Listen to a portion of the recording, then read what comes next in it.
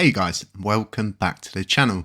So this chain is just so strange, probably like 99% of the time, but recently things have just got a lot stranger. We've just seen a very strange move play out, which is very interesting considering the videos we've been providing on the channel. If you haven't watched LUNC's Weird Part 1 and Part 2, I'd recommend you go and watch those. And then also go back and watch the video that I did covering the validator that was funding Moonrabbit. So that's what we're specifically going to be talking about here. So let me bring up the delegators. This is on validator info. I'll leave a link to this in the description.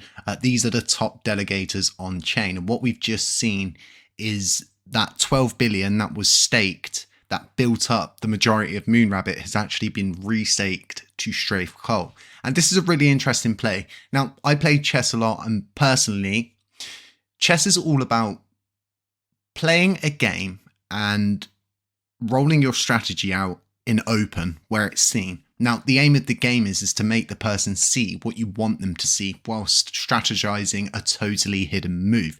So this could be part of some bigger play in hand, because this validator, not only at the time before I provided the content and the insight, right, which is what I think possibly has led to this shift.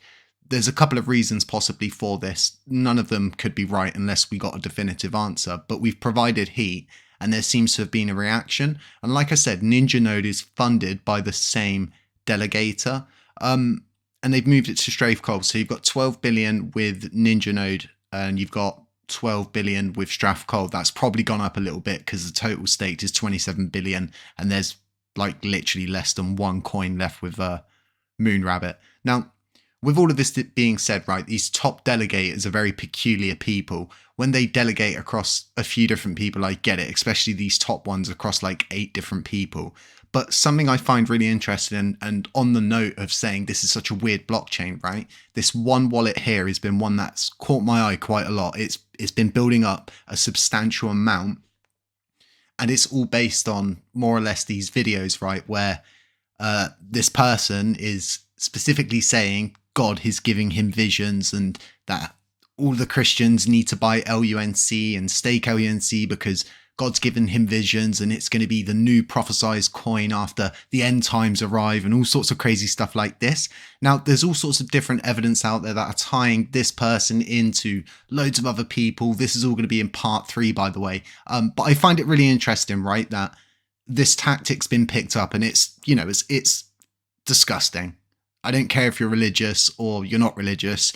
You don't do that kind of thing. You don't make up things like that. It's clearly being done to get Christians to buy into something that they have no idea about, and they just believe that this is what they're going to get after the rapture's done and finished. It's not fair to do this. But anyway, moving forward, let's take a look at this wallet. Like I said, it shifted 12 billion over to Strafe Coal. So yeah, it's got just under 13 billion with Strafe Coal now, and it has got 14 billion with Ninja Node. And this is in the top, you know, the top. Not top 9, not top 8, he's top 5. This is a substantial player. Okay, their USTC adds up to over $1 million. They've got 5 billion LUNC on standby here on top of what I've just shown you. If we flick over to mainnet, you're looking at almost just over $500,000 in Luna, another $500,000 waiting to come out on release, another $250,000 there waiting to come out on release, and then loads tied up in, and this one's tied in with Thor Maximalist TCB over at Luna. We've been through this in a previous video, and this is why I find it really interesting, especially with my Lunc's Got Weird videos that we've been doing and really showing all of the different things that are going on, and then suddenly you see a shift like this. Now, like I said, this could be all part of some bigger play where they stake across loads of different validators, which are known to be good validators, right? We all vote. We're all voting on something at the very last second after everybody's voted. Just as the vote's about to pass and finish, they go out and they vote no across all of those different validators. Now, this tactic doesn't work in the way that you think it would, but at the same time, right, it has credence. What we've got now are indicators which actually show us how many of the validators to delegators are voting and the sentiment and different things like that. It could be used for a media tool to say, hey, look, they're voting this, but their delegates don't actually believe them, and they're voting completely different. You shouldn't delegate with them. And they only have to hang around for so long, right, with a validator, keep doing that, deplete that validator down, siphon them all off to another one, and then just remove your giant stake whilst that person feels safe, providing safety barriers. So like I said, it's all about playing chess with these people, and they know exactly what they're doing. So I find it all very interesting. For me, there's so many weird things going on this chain, and there's so many, like, they're obsessed with cults. They accuse everybody of being a cult, and meanwhile the guy who is literally like a cult on chain is literally claiming he's getting visions and all sorts of different stuff like that, right? It's not getting any heat, it's not getting any flack, doesn't get mentioned, doesn't get poked, doesn't get prodded. And it's like, what? Why is this person not getting any heat? And that's what I ask myself, right? Because if you start to look at all of the different people, and it's the same, as much as everybody loves Genuine Labs at the moment, they're not getting any heat. They're not getting any flack. They've proposed L1 work, which in my opinion is out of their scope at the moment. Even speaking with other devs, they've said, this is a bit ambitious for them as it stands. But they're not getting any heat. They're not getting any flack. And I look at these kind of people that are not getting heat, that are not getting flack, like the UST people who are really buddy-buddy with them. They don't get any flack for stealing $40,000, not providing a repeg, lying to us about CEX is apparently, going to do all of these things, but never actually materialized, never happened. And as far as it stands now, it was all just a complete lie. And they weren't in contact with anybody other than chat support as it stands. So like I said, you really do need to be wary of what these top delegators are doing. For me, like I said, one wallet, 8.68 billion just staked to this one person. It is literally just, it builds by the day. It builds by the day. And if you go and you look into the content, you take a deeper dive into it, it's a scam at the heart. As much as you all want to see people buy LUNC and sit on it, right? These people don't have a clue. They're just people who worship God. They believe in their religion, and you've got this crook who's like, God's sending me visions, guys.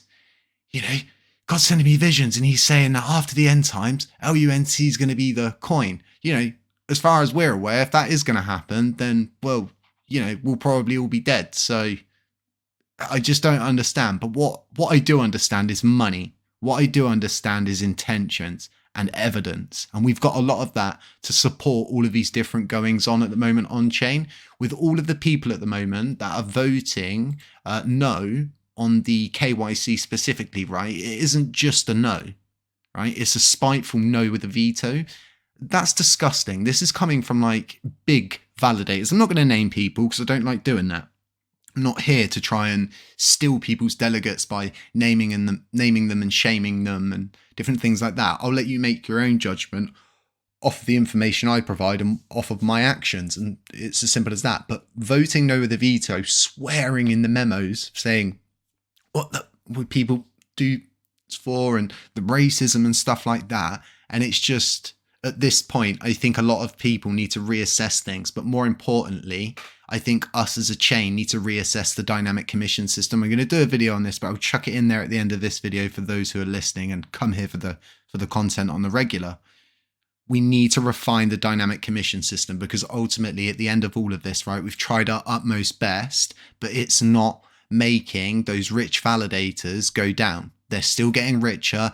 They're still staying big, and they're keeping their delegates. And people like me, right? I'm having messages from my own supporters, my own following, the people who actually want to support me, who are saying, I can't support you because it goes up to 10% and, I can't keep going in and checking and stuff like that. It's not fair that my own supporters can't support me.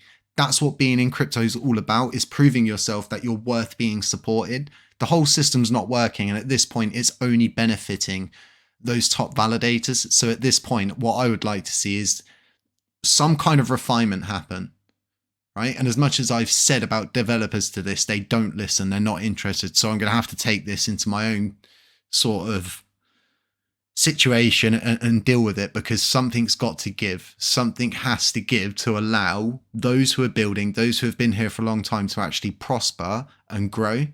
Because ultimately, right, all of these Christians that have bought in aren't bothered about a 10% commission rate or a 20% commission rate. They don't care. That's why someone like that has the ability to stay where they are. Anyway, side tandem, loads of different tandems, but ultimately there's weird things going on this chain.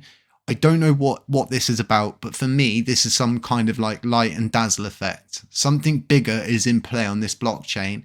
And like I said, when I play chess, I would show you all of the pieces, all of the different moves that I want you to see, whilst concealing the larger move on the board. That is the aim of chess, and any avid chess player that's worth their biscuits knows that at the end of all of this. So like I said, be aware, right, folks? Don't laugh this stuff off. These people mean business.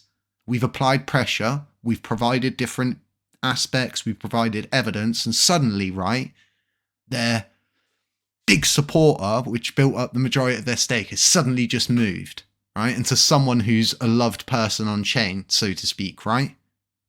Lots of questions to ask. Let me know what you think about this, folks. I thought this was really interesting. I had to get it in a video straight away for you folks. Have a really nice weekend. Sorry for banging the microphone.